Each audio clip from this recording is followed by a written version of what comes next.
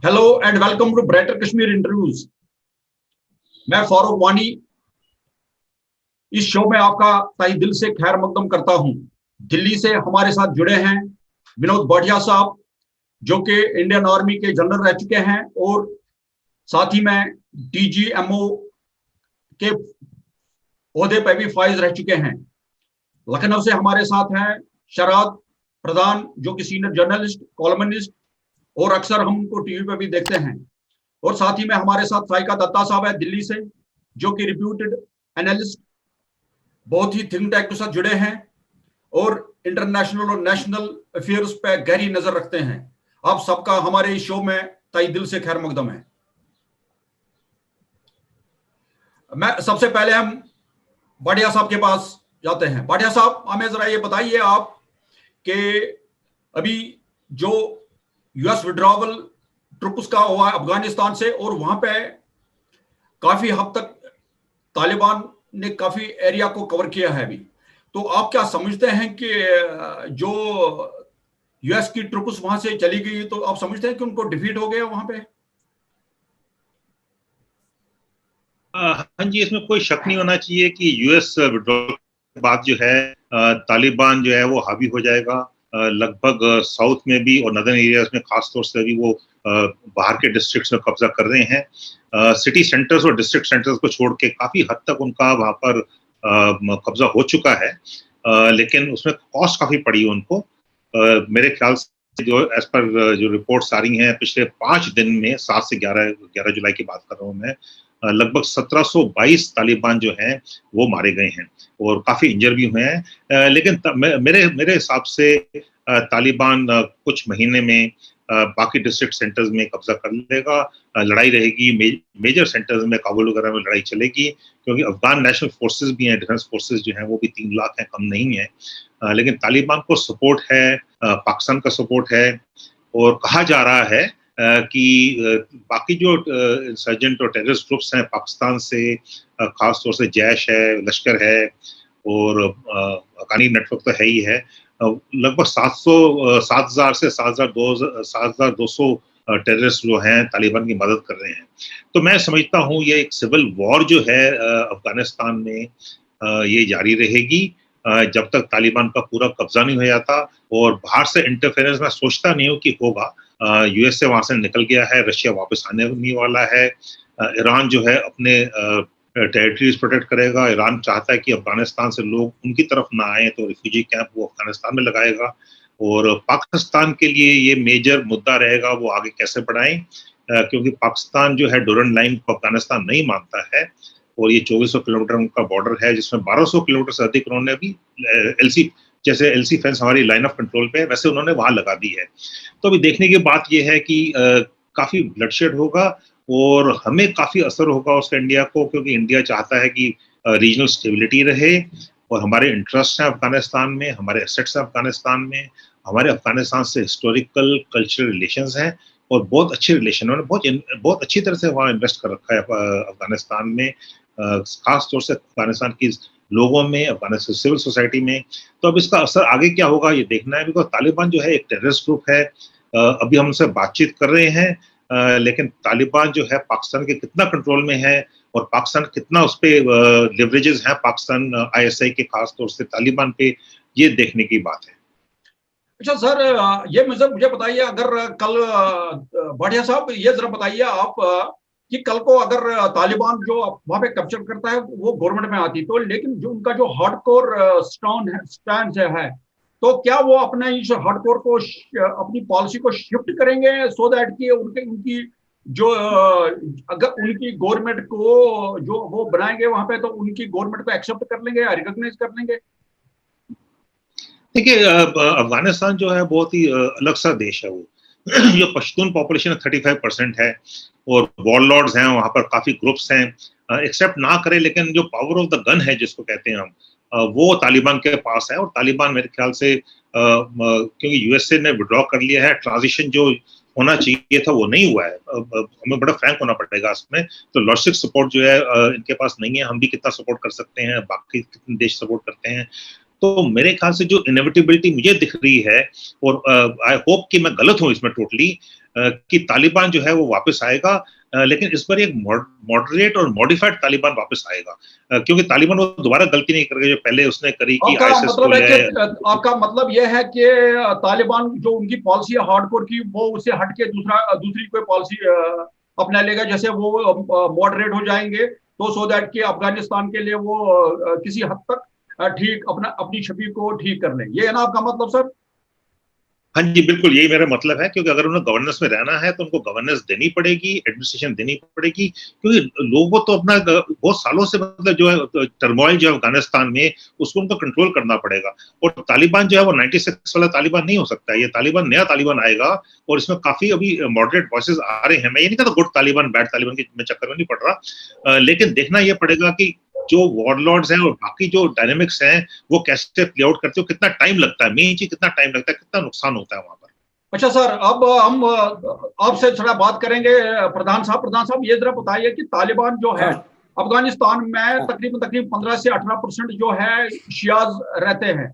तो क्या हाँ हाँ लगता है कि आपको, अगर ये दिशा जैसे सर ने बताया, भाटिया साहब ने बताया कि ये सिविल वार की तरफ खींच सकता है, तो क्या लगता है आपको कि सिविल वार में ये शिया पे ज्यादा असर पड़ेगा? उसके साथ में अब ईरान का हाल है, ईरान जिसकी लास्ट में उनके डिप्लोमेटिक टाइज सही नहीं रहे ईरान के साथ, तो उस सिलसिले में आपकी क्या नजर है? नहीं, मुझे लगता है जो भाटिया साहब ने जो बात कही, जल भाटिया ने, वो बड़े इम्पोर्टेंट बात है। अगर ऐसा होता है, वाकई में हो जाता है कि एक मॉडरेट तालिबान वापस आता है, तो शायद सिचुएशन इतनी ना बिगड़े जितनी हम एंटिसिपेट कर रहे हैं। लेकिन अगर वैसे ही रहता है तो सर्टली ये शिया का, अगर, क्योंकि शिया का डोमिनेंस जो है बहुत कम जगह है दुनिया में, और अभी भी आप जैसे बता रहे हैं 18-20% ही है यहाँ पे, तो क्योंकि 80% सुन्नीज हैं, तो ये मुमकिन है कि शियाज जो हैं वो टारगेट करें उन लोगों को। और एक चीज और भी है, क्योंकि अमेरिकन फोर्सेस वहां रही हैं, सबसे पहले तो मुझे लगता है कि वो बदला लेंगे उन लोगों से जो अमेरिकन फोर्सेस से जिनकी प्रॉक्सिमिटी रही है, चाहे वो जो भी लोग हों। वो अगर इनका वही रवैया रहा, फिर तो ये पुराने फ्रेम में आ जाते हैं, और अगर पुराने फ्रेम में आते हैं तो सिचुएशन बिगड़ेगी। और देखिए, एक चीज हम नजरअंदाज कर रहे हैं कि चाइना का क्या रोल रहता है।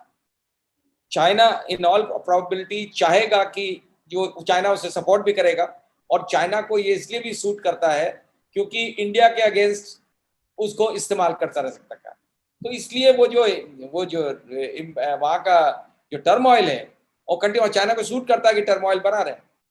और आई एम श्योर कि वहां से आर्म्स एमिनेशन, पैसा, चाइना से भी फंडिंग होती होगी। तो वो कहने का ये अब मेरी ये जो चाइना का जी, अब जो बता रहे हैं चाइना का, लेकिन चाइना की क्या इंटरेस्ट वहां पे अफगानिस्तान में हो सकती है? जैसे कि पाकिस्तान में उनके इंटरेस्ट है, सीपैक को उन्होंने वहां पे प्रमोट किया, उस पर इन्वेस्ट किया। तो चाइना को लेके अगर हम ये बात करें कि अफगानिस्तान में उनका क्या मसला हो सकता है, क्या उसका असर रशिया पे पड़ सकता है, इंडिया पे पड़ सकता है, या बजाते खुद पाकिस्तान पे पड़ सकता है? उसके बारे में आप जो बता रहे हैं, उसके मैं उससे आपको ये थोड़ा इंटरप्ट कर रहा हूँ उसके बारे में। नहीं, बिल्कुल ठीक कहा आपने। लेकिन देखिए, चाइना, सबसे ज्यादा चाइना का इंटरेस्ट ये है कि इंडिया में को उस रीजन में इंस्टेबिलिटी बनी रहे, उसके लिए बहुत सूट करता है चाइना को तालिबान जैसी फोर्स। तो और तालिबान का जो एटीट्यूड रहा है इंडिया की तरफ, वो तो देखा ही हुआ है हम लोगों ने। तो ऐसी सिचुएशन में इंडिया के लिए उस रीजन में हमेशा इंस्टेबिलिटी रहेगी, थ्रेट रहेगी, प्रॉब्लम रहेगी। और पाकिस्तान को भी कोई सूट कर, देखिए अलाइन हो जाएंगे China, Pakistan and Taliban, which is very natural for them to do, because उनका कॉमन इंटरेस्ट एक ये होगा, इंडिया में प्रॉब्लम क्रिएट करना, इंडिया के लिए उस रीजन को हमेशा टर्मोइल में रखना। तो ये इस वजह से चाइना का सिंपल इंटरेस्ट। अदरवाइज चाइना का अफगानिस्तान में तो देखिए, तो वैसे कोई इंटरेस्ट नहीं, इसी पर्पज से है। बड़े साहब, अभी हमारे पास दत्ता साहब नहीं है, वो दत्ता साहब पता नहीं उनका कनेक्शन पोर हो गया। मैं आपसे ये जानना चाहता हूं कि क्या, सॉरी सर, दत्ता साहब मेरे को ये जरा बताइए, आप क्या आपको लगता है कि पाकिस्तान, जिसका बहुत कंट्रोल रह चुका है तालिबान पर पहले भी, अभी तालिबान बहुत एडवांस कर रहा है, हो सकता है कुछ, जैसे भाटिया साहब ने बताया कि कुछ दिनों में ये गवर्नमेंट को कैप्चर करेंगे, क्या आपको लगता है कि तालिबान को फिर से पाकिस्तान कंट्रोल कर सकती है जैसे उन्होंने पहले किया है या कर रहे थे? देखिए, इसमें कोई दो राय नहीं है कि बिना पाकिस्तान के कोई तालिबान नहीं रह सकता। अगर पाकिस्तान सपोर्ट नहीं करेगा तो तालिबान को कोई, उनको रहने का कोई वजूदगी है नहीं। विदाउट पाकिस्तान तालिबान कुछ नहीं कर सकता। तो इसलिए काफी हद तक पाकिस्तान का कंट्रोल रहेगा और उनके ताल्लुकात काफी अच्छे रहेंगे। उनका जो इंटेलिजेंस ऑर्गेनाइजेशन है ISI, उनके लोग काफी दिनों से, इनफैक्ट अगर आप देखें 3-4 साल पहले जो पंजाबी स्पीकिंग टेरर ग्रुप्स थे जैसे लश्कर ए तोयबा एक्सेट्रा और जो तालिबान थे, ISI ने काफी कोशिश भी किया है इनको मिलाने का और इनके साथ एक जॉइंट रिलेशनशिप बनाने का। अगर आप क्रेडिबल इंटेलिजेंस रिपोर्ट ये भी देखें, जो ISIS का जो खुरासान प्रोविंस फैक्शन है वो तालिबान के साथ काफी घुल मिल गया है और काफी कंफर्टेबली वहां रहते हैं। और इनफैक्ट अमेरिकन को अगर आपको याद है कुछ साल पहले जिसको कहते हैं mother of all bombs, Moab जो ड्रॉप किया था खुरासान प्रोविंस में, वो बेसिकली ISIS के खुरासान प्रोविंस फैक्शन को हिट करने के लिए किया था। इनमें काफी अच्छा तालमेल है। तो अगर आप देखें, विदाउट पाकिस्तान तालिबान अफगानिस्तान में किसी हाल में नहीं रह सकते। नहीं, अभी मतलब समझे, ये पाकिस्तान आप जब बता रहे हैं कि पाकिस्तान जो तालिबान है वो पाकिस्तान के बगैर इनकम्प्लीट है, लेकिन उसका असर जो है ना, उसका असर कहां तक जाएगा या किस हद तक जाएगा कि इंडिया पे वो किस हद तक अपना डोमिनेंस कर सकते हैं? देखिए, फर्स्ट तो अब देख लीजिए, पाकिस्तान के पास दो ही बॉर्डर हैं, ईस्टर्न बॉर्डर जो इंडिया के साथ है और वेस्टर्न बॉर्डर जो अफगानिस्तान के साथ है। अभी तक क्या था, जब तक उनके ऊपर दबाव था वेस्टर्न बॉर्डर का जो कि अफगानिस्तान का, तो उनके जो फौज है उन फौज को दोनों तरफ इनको डिप्लॉय करना होता था। अब जैसे ही उनका वेस्टर्न बॉर्डर स्टेबलाइज हो जाएगा, क्योंकि उनके एक फ्रेंडली रिजीम जैसे तालिबान जैसे रिजीम को उन्होंने वहां खड़ा कर दिया, तो पहले होगा, अगर आप कन्वेंशनल विजडम से चलें तो कन्वेंशनली उनका जो फोकस है वो इंडिया की तरफ ज्यादा बढ़ जाएगा और हम अपने लाइन ऑफ कंट्रोल में ज्यादा रिन्यूड एक्शन वगैरह देख सकते हैं, जो कुछ सालों तक हमने नहीं देखा था क्योंकि पाकिस्तान का ध्यान अफगानिस्तान की तरफ बढ़ा हुआ था। सेकेंडली, जिसको हम एसिमेट्रिक वॉरफेयर कहते हैं, which is basically low intensity conflict, terrorist या अननेम्ड ग्रुप्स को कहीं भेजना। अगेन हमने देखा है तालिबान, ISIS और जो पंजाबी स्पीकिंग ग्रुप्स हैं जैसे लश्कर ए तोयबा एक्सेट्रा, इनमें अच्छा एक तालमेल है। तो उसको, और जैसे अगर आप पाकिस्तानी ब्रिगेडियर साहब जो ISI में थे, उनका जो किताब था बेयर ट्रैप, उसमें जो उन्होंने लिखा है कि जो भी पाकिस्तान ने अफगानिस्तान में किया था सेम चीज उन्होंने जम्मू एंड कश्मीर में डिप्लॉय की। तो वो फिर से आप काफी इंपॉर्टेंस है कि आप फिर से हायर डिग्री ऑफ मिलिटेंसी या टेररिज्म आप जरूर देख सकते हैं।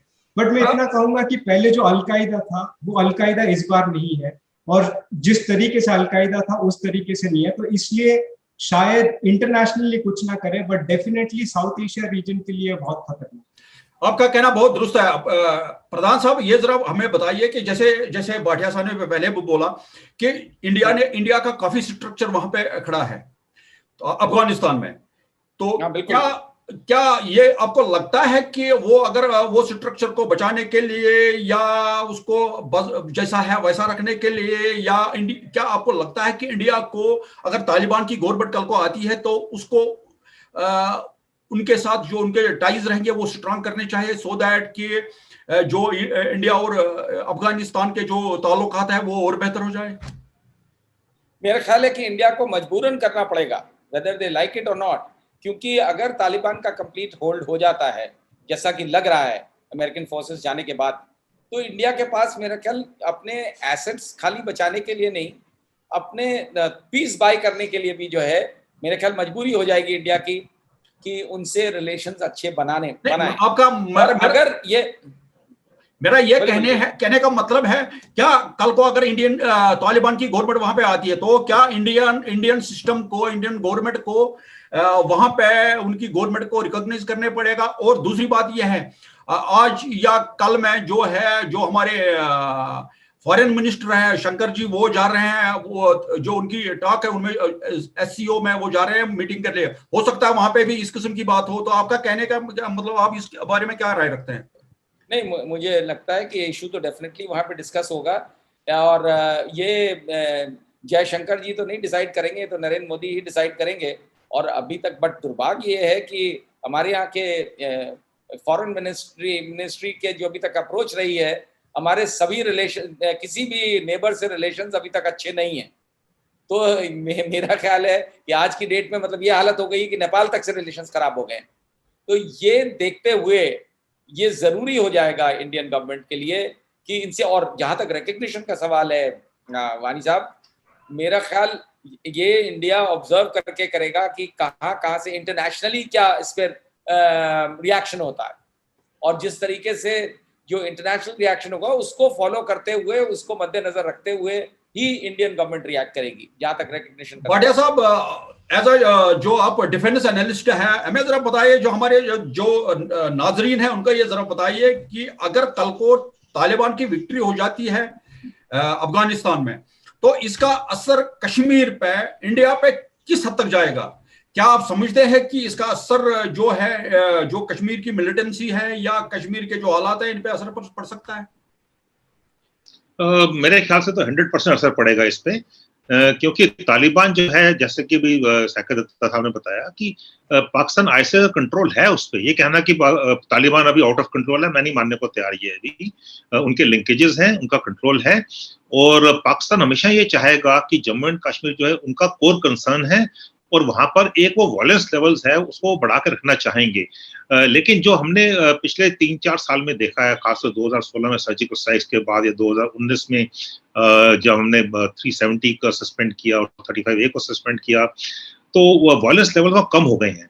और अभी 25 फरवरी से सीज फायर दोबारा से, पिछली बार एक सीज फायर हुई, वॉयलेशंस काफी बढ़ गए थे, तो मैं डीजीएमओ था तब, मैंने पाकिस्तान डीजीएमओ से तब गया था इन्विटेशन में, तब 7-8 महीने के लिए कोई सीज फायर वॉयलेशन नहीं होता। अभी वही हालत है, विन विन सिचुएशन दोनों के लिए, कोई सीज फायर वॉयलेशन नहीं हो रहे हैं वहां पर। लेकिन मैं समझता हूँ जब तालिबान फाइटर्स जब वहां से फ्री हो जाएंगे, जब भी होगा, मतलब कुछ महीनों की, ये नहीं कि कल होने वाला है, टाइम लगेगा इसको, जरूर स्पिल ओवर जो है उसका जम्मू एंड कश्मीर में आएगा और वॉयलेंस लेवल बढ़ेंगे। लेकिन मैं एक और बात कहना चाहूंगा इसमें, इस बार पाकिस्तान जो है, क्योंकि पाकिस्तान आर्मी जो है वो ड्राइव करती है इंडिया पॉलिसी, और पाकिस्तान आर्मी की रेलेवेंस जो है वो इंडिया से, एंटी इंडिया स्टांस से है, उसके पॉलिटिकल रेलेवेंस, इकोनॉमिक रेलेवेंस, उसका डोमेस्टिक रेलेवेंस जो है वो यहाँ से है। तो पाकिस्तान आर्मी लेकिन नहीं चाहेगी कि वो हमारी रेड लाइन जो है क्रॉस करें, क्योंकि अभी इंडिया में ऐसे कोई गवर्नमेंट नहीं आ सकती कि अगर कोई बड़ा हादसा हुआ, कोई हाई प्रोफाइल अटैक हुआ, हाई विजिबिलिटी अटैक हुआ, कि उसका जवाब ना दे, रिटेलिएशन होनी पड़ेगी, क्योंकि जो है हमारी पब्लिक एक्सपेक्टेशंस है, पब्लिक सेंटिमेंट है। तो पाकिस्तान जो है छोटे मोटे करती रहेगी। और थोड़ा इंटरप्ट कर रहा हूँ यहाँ पे आपको, जैसे हमारे जनरल्स हैं यहाँ पे, कश्मीर में है, दिल्ली में है, या नॉर्दर्न कमांड में है, तो सबका एक बयान आ रहा है कि हमारे जो फौजी है वो बहुत चौकस है बॉर्डर पे, तो वो किसी सूरत में कोई इन्फिल्ट्रेशन नहीं होने देगी। तो क्या लगता है आपको कि ऐसा कुछ हो सकता है? देखिए, कहीं भी जीरो इन्फिल्ट्रेशन नहीं हो सकती। मैं खुद लाइन ऑफ कंट्रोल में डिप्लॉयड रहा हूँ, और ये कहना कि जीरो इन्फिल्ट्रेशन हो गया, मानने को तैयार नहीं हूँ। क्योंकि इन्फिल्ट्रेशन जो है, एक बर्लिन वॉल होती थी, वो साल पहले थे, वो डिमोलिश हो गई। उसमें भी हर रोज, और छोटी बर्लिन वॉल थी, हर रोज वहां से ईस्ट जर्मनी से लोग वेस्ट जर्मनी में आते थे बर्लिन वॉल क्रॉस करके। तो ये कहना कि इन्फिल्ट्रेशन नहीं होगी, ये नहीं हो सकता। इन्फिल्ट्रेशन होगी, इन्फिल्ट्रेशन कॉस्ट काफी बढ़ गई है। वो अलग बात है कि हमारा काउंटर इन्फिल्ट्रेशन ग्रिड बहुत ही अच्छा है, लेकिन बहुत इफेक्टिव है। कॉस्ट बढ़ गई है, लेकिन इन्फिल्ट्रेशन तो कहीं से भी हो सकती है। हम कश्मीर को जानते हैं, लाइन ऑफ कंट्रोल को जानते हैं, निकल जाएंगे लोग, निकलेंगे वहां से, कॉस्ट बढ़ेगी, निकलेंगे। पाकिस्तान जो है हमेशा चाहेगा कि Jammu and Kashmir violence level बढ़ता रहे, वहां पर पीस ना आए। तो ये हमको समझना पड़ेगा, और उसके लिए ये नहीं कि सिर्फ पाकिस्तानी रिस्पॉन्सिबल, हमें अपना भी अंदर देखना पड़ेगा, हमने क्या करना है। और जो अफगान फाइटर्स आएंगे, मेरे ख्याल से कश्मीर में पहले भी हो चुका है, फॉरेन जब मिलिटेंट्स आते थे, जिसमें एफटीज बोलते थे, फॉरेन टेररिस्ट बोलते थे, तो वो कश्मीर के सेंटिमेंट्स और सेंसिटिविटीज को नहीं जानते हैं। वो अलग हैं। जो हमारे जो यूथ है वहाँ कश्मीर के, और जो क्रॉस गए थे ट्रेनिंग के लिए, जब वो आते हैं उनकी बात अलग होती है। जो फॉरेन टेररिज्म की बात बिल्कुल अलग होती है। जो तालिबान आएगा, तो तालिबानाइजेशन जब होगी तो वो बहुत मुश्किल हो जाएगा। तो वो उसको हमें रोकना पड़ेगा, और उसको रोकने के कई तरीके हैं। उसको डैमेज जो है मिनिमाइज करना पड़ेगा। मैं ये भी सोचता हूँ पाकिस्तान के ऊपर भी कॉस्ट बढ़ेगी वेस्टर्न बॉर्डर पे उनके, क्योंकि जो वेस्टर्न बॉर्डर है वहां पर जो है रिफ्यूजीज बढ़ जाएंगे। वो कैसे कंट्रोल करते हैं, इतना आसान नहीं हुआ पाकिस्तान के लिए। टर्मोइल जो है पूरे रीजन को अफेक्ट करेगा, ईरान को करेगा, सेंट्रल एशियन रिपब्लिक को करेगा, पाकिस्तान को करेगा, इंडिया को करेगा, चाइना है, चाइना का सीपेक जो है उनका ड्रीम प्रोजेक्ट है, उस पर असर आएगा, रशिया है। तो ये काफी, मतलब वहां की जो जियो स्ट्रेटजी है अभी काफी फ्लक्स पर है। साइका साहब, ये जरा बताइए हमें कि अभी जो जब पेस्टिंग वाउंड है कश्मीर है, खास करके कश्मीर, तो उसके सिलसिले में आपको लगता है कि इंडिया पाकिस्तान को ये जो सारा जो इनके जो बेटर टाइज के लिए इनको कोई ढला करना पड़ेगा कश्मीर के लिए? आपका क्या इसके बारे में क्या रख सकते हैं? देखिए, जब भी कश्मीर की बात आती है और पाकिस्तान की बात आती है, मेरे दिमाग में दो सवाल आते हैं। हम पाकिस्तान की बात कर रहे हैं या पाकिस्तान आर्मी की बात कर रहे हैं, और मैं दोनों में एक फर्क देखता हूँ। पाकिस्तान क्या चाहता है और पाकिस्तान आर्मी क्या चाहता है, उसमें एक अंतर है, और उस अंतर को हमेशा याद रखना चाहिए। अनफॉर्चुनेटली अगर आप हिस्टोरिकल डेटा भी देखें और हिस्टोरिकल देखें, डेमोक्रेसी कभी पाकिस्तान में स्ट्रांग नहीं हुआ और आर्मी का एक दबाव बना, और आर्मी को अपनी वजूदगी, अपना वो एसेंस बनाए रखने के लिए उनको एक एनिमी चाहिए। इसलिए इंडिया एक कन्वीनियंट एनिमी बन जाता है और कश्मीर एक कन्वीनियंट एक मुद्दा बन जाता है। तो अगर आप देखें पाकिस्तान आर्मी क्या चाहती है, पाकिस्तान आर्मी यूजुअली ये चाहती होगी कि डेमोक्रेसी ज्यादा स्ट्रांग पाकिस्तान में ना हो और उनके जो सिविलियन लीडर्स हैं वो हमेशा उनके दबाव में रहें। एज अ रिजल्ट कश्मीर एक कन्वीनियंट मुद्दा बन जाता है। ऐसा ये नहीं है कि इंडिया ने भी गलतियां नहीं की, इंडिया ने भी गलतियां की है कश्मीर में, बट इंडिया ने हमेशा एक डेमोक्रेटिक फ्रेमवर्क में रखने की कोशिश किया है। और अगर आप देखें कॉन्स्टिट्यूशनल मैंडेट जो है, उस कॉन्स्टिट्यूशनल मैंडेट को प्रोटेक्ट करने का भी कोशिश किया। क्या इंडिया बेटर काम कर सकती है कश्मीर में? बिल्कुल। क्या ह्यूमन राइट्स और इम्प्रूव कर सकती है? बिल्कुल। क्या इंडिया कश्मीरियों को और राइट्स दे सकती है? बिल्कुल। ये उनका हक बनता है कश्मीरियों का एज इंडियंस। बट अगर अब पाकिस्तान आर्मी जब भी आता है इस पूरे मिक्सचर में, तो फॉर्मूला ही बिल्कुल बिगड़ जाता है। तो अब ये देखना है, पाकिस्तान आर्मी एक तरीके से अपने आप को मानेगी कि थ्रू तालिबान उन्होंने एक वर्ल्ड पावर को बीट किया है। प्लस अगर आप देखें इकोनॉमिकली, उनका जो ग्वादार पोर्ट था वो थोड़ा कम हो रहा था, बिकॉज इंडिया का चाबहार पोर्ट जो ईरान में है, उसके through and through Afghanistan, central Asian republics का काफी अच्छा कनेक्शन बन गया था। अब वो कनेक्शन शायद टूट सकता है और एक इकोनॉमिक ट्रेड इम्बैलेंस भी बन सकता है, जो पाकिस्तान के लिए काफी इंस्टेबिलिटी और पाकिस्तान आर्मी के लिए काफी हमेशा प्रोडक्टिव रहता है। तो उस हिसाब से अगर देखें तो कश्मीर पे काफी कुछ टर्मोइल हो सकता है, जैसे जनरल भाटिया साहब ने। प्रधान साहब, हमें हमारे जो ये नाजरीन हैं उनको जरा ये बताएंगे कि अगर स्टेबल अफगानिस्तान चाहिए तो उसमें इंडिया का क्या रोल रहेगा, पाकिस्तान का क्या रोल रहेगा और चाइना और रशिया का क्या रोल रहेगा? जैसे भाटिया साहब ने बताया कि यूएस तो पहले से डिफीटेड है वहां पे, तो काफी उनके और यहाँ तक जो बाइडेन है उन्होंने यहाँ तक बोला कि हम फर्दर ह्यूमन जो लॉस है उसको बर्दाश्त नहीं कर सकते। हमारा जो काम था, हमने अफगानिस्तान आर्मी, अफगानिस्तान पुलिस को एम्पावर किया, और अगर वहां पर रिवेंज का मसला होता है तो हम उस सूरत में जो वहां के लोग हैं, जो उनके सिंपैथाइजर्स हैं, उनको हम यूएस में जगह दे सकते हैं, पनाह दे सकते हैं। तो स्टेबल अफगानिस्तान के बारे में आप इंडिया का रोल और ये जो पाकिस्तान, रशिया, चाइना का क्या रहा है, ये लास्ट कमेंट हम आपसे चाहिए, तो उसके बाद हम इसको कंक्लूड करेंगे। देखिए, मेरा मानना ये है कि स्टेबिलिटी लाने के लिए इंडिया को तो मेरा ख्याल काफ़ी कॉम्प्रोमाइज़ेस करने पड़ जाएंगे, क्योंकि ऐसी स्थिति बन गई है जब जहाँ पे पूरा एक नेक्सस हो, दो एनिमी देश हैं, चाइना एंड पाकिस्तान, तो और उसमें तालिबान शामिल हो जाएगा, तो इस रीजन में कश्मीर में प्रॉब्लम्स क्रिएट करने के लिए ये बहुत काफ़ी से ज़्यादा है।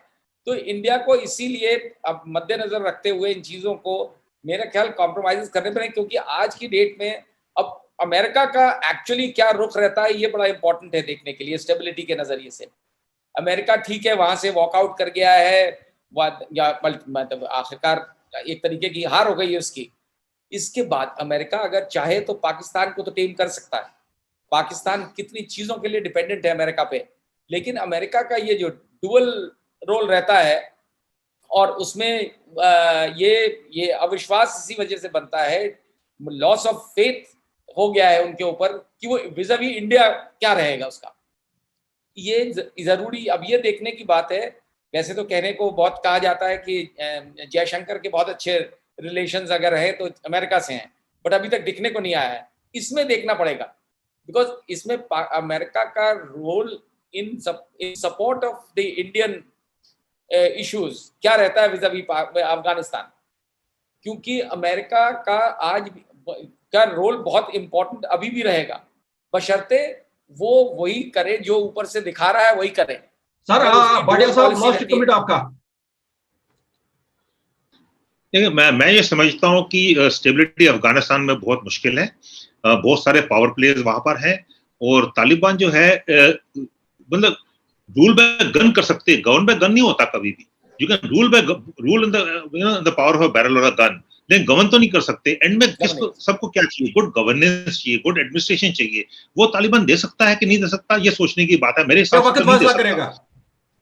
ये वक्त फैसला करेगा और अफगानिस्तान के लोग फैसला करेंगे। तो होगा, टाइम लगेगा इसको, लेकिन रूल बाय गन तो हो सकता है। अगर गवर्नेंस नहीं देंगे तालिबान तो तालिबान भी जाएगा वहां पर।